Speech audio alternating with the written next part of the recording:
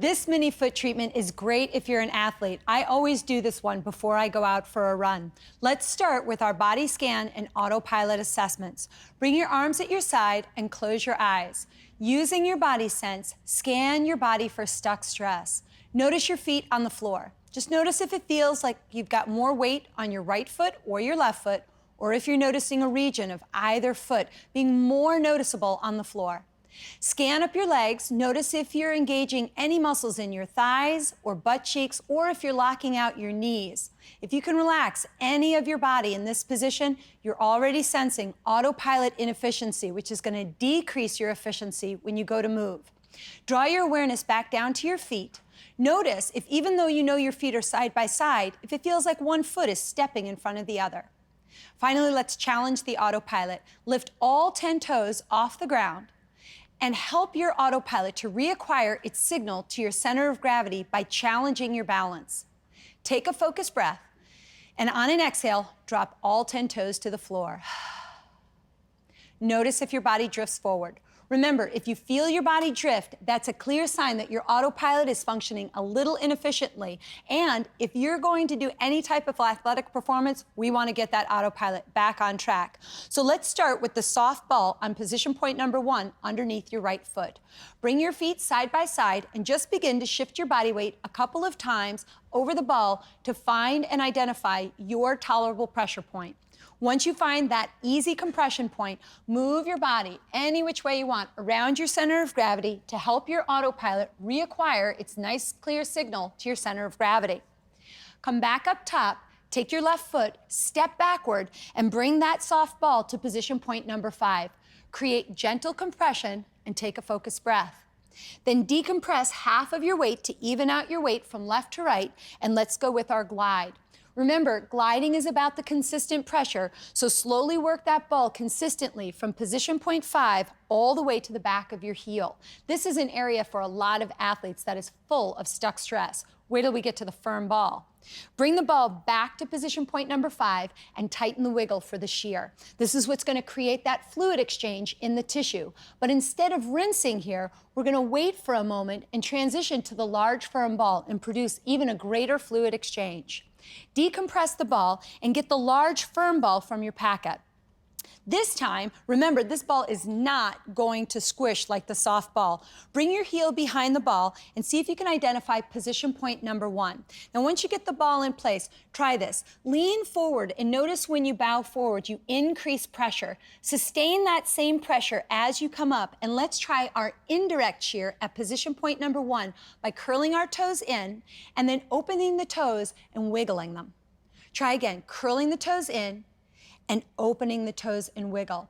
This is another way to create that fluid exchange against the muscles and connective tissue in your feet so that we can produce greater fluid exchange around the muscles that you need for that great performance. One more time, wiggle the toes. Take a nice focused breath and then decompress and bring the ball of your feet down to the ground. Move the ball to position point number 5 and let's try gliding with the firm ball. Now, when you used the gliding with the softball, it was more of a preparatory technique to prepare connective tissue for the shear. But when you use the firm ball, as you travel back and forth over your heel, this is a great way to identify accumulated stress in your feet.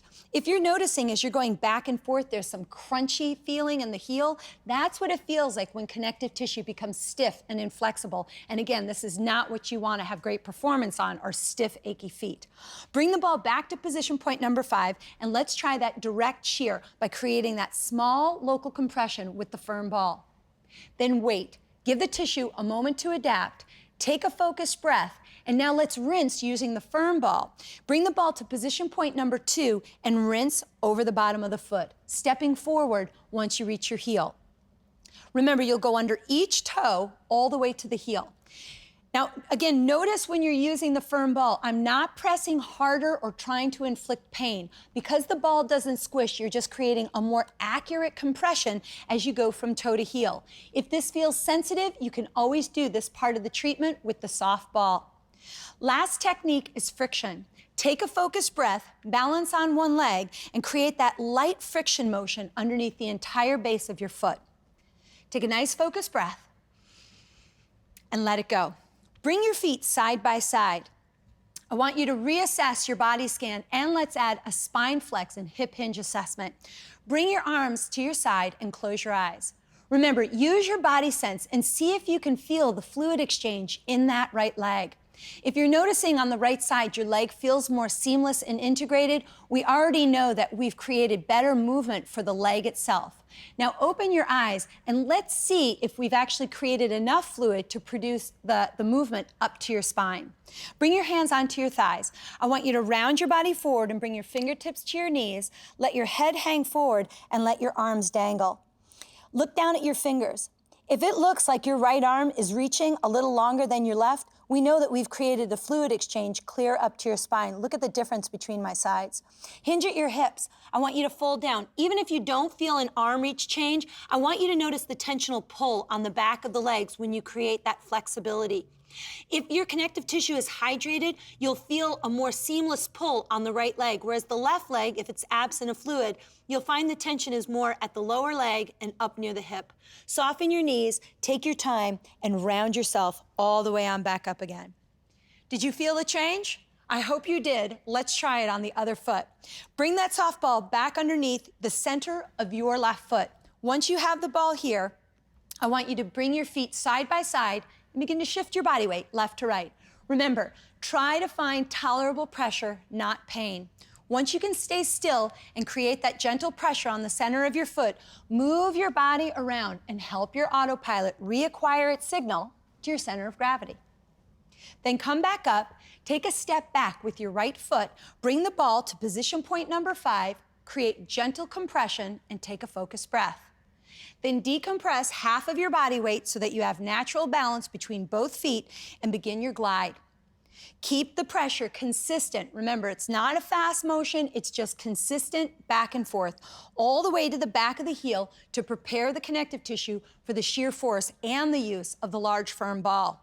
When you come back to position point 5, tighten the wiggle for the shear, take a nice focused breath, and let's compress and wait for a moment. Give the tissue a second to adapt.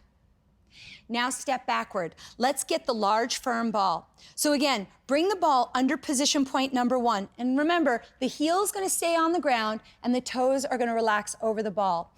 Create a little gentle pressure just by leaning forward so that you can tolerate the compression and come back up again. Sustain your pressure and create the indirect shear by curling your toes in and then opening your toes and wiggling them. So remember, an indirect shear is a way to contract muscle to yield the fluid exchange between the layers of your muscles and bones. Try this 2 more times, curling the toes in and opening your toes and wiggle. And 1 more time, curl the toes in and open your toes and wiggle. You might notice that your toes do not wiggle very much, so remember that this is a great way to release that movement. Bring your toes down to the ground, bring the ball to position point number 5, and start with your glide. So remember, when you're using the large firm ball, slow down a little bit and investigate the tissue for areas of restriction or barriers. Take your time and just become aware if they're there. You don't need to do anything else but the glide over the heel. Bring the ball back to position point number 5 and create the shear at position point 5. This is what's going to bring the fluid throughout the entire foot and up the chain of the body once we rinse.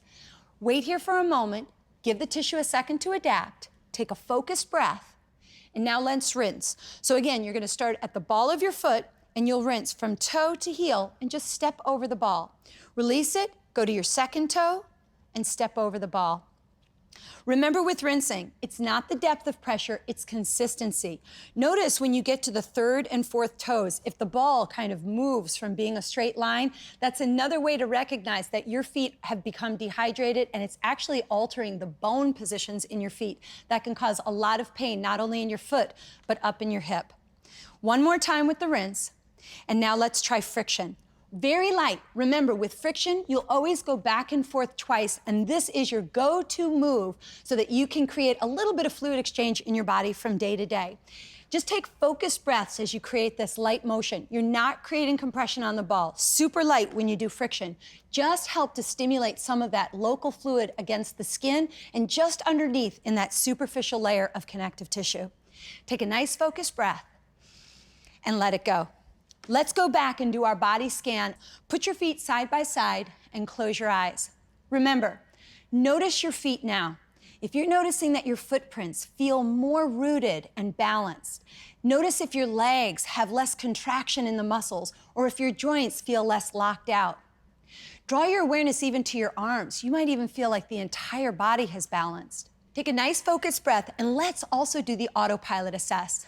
Take a focused breath and lift all 10 toes. I want you to notice how your body is negotiating balance now. You might find even with your toes lifted, you're more stable. Take a focused breath, and on an exhale, drop all 10 toes to the ground. Notice if your body remains absolutely still. Open up your eyes. Remember, this is a quick treatment that you can do before or after any performance activity, and it will improve your performance and decrease some of that accumulated stress that occurs from doing any of our activities that we love to do from day to day.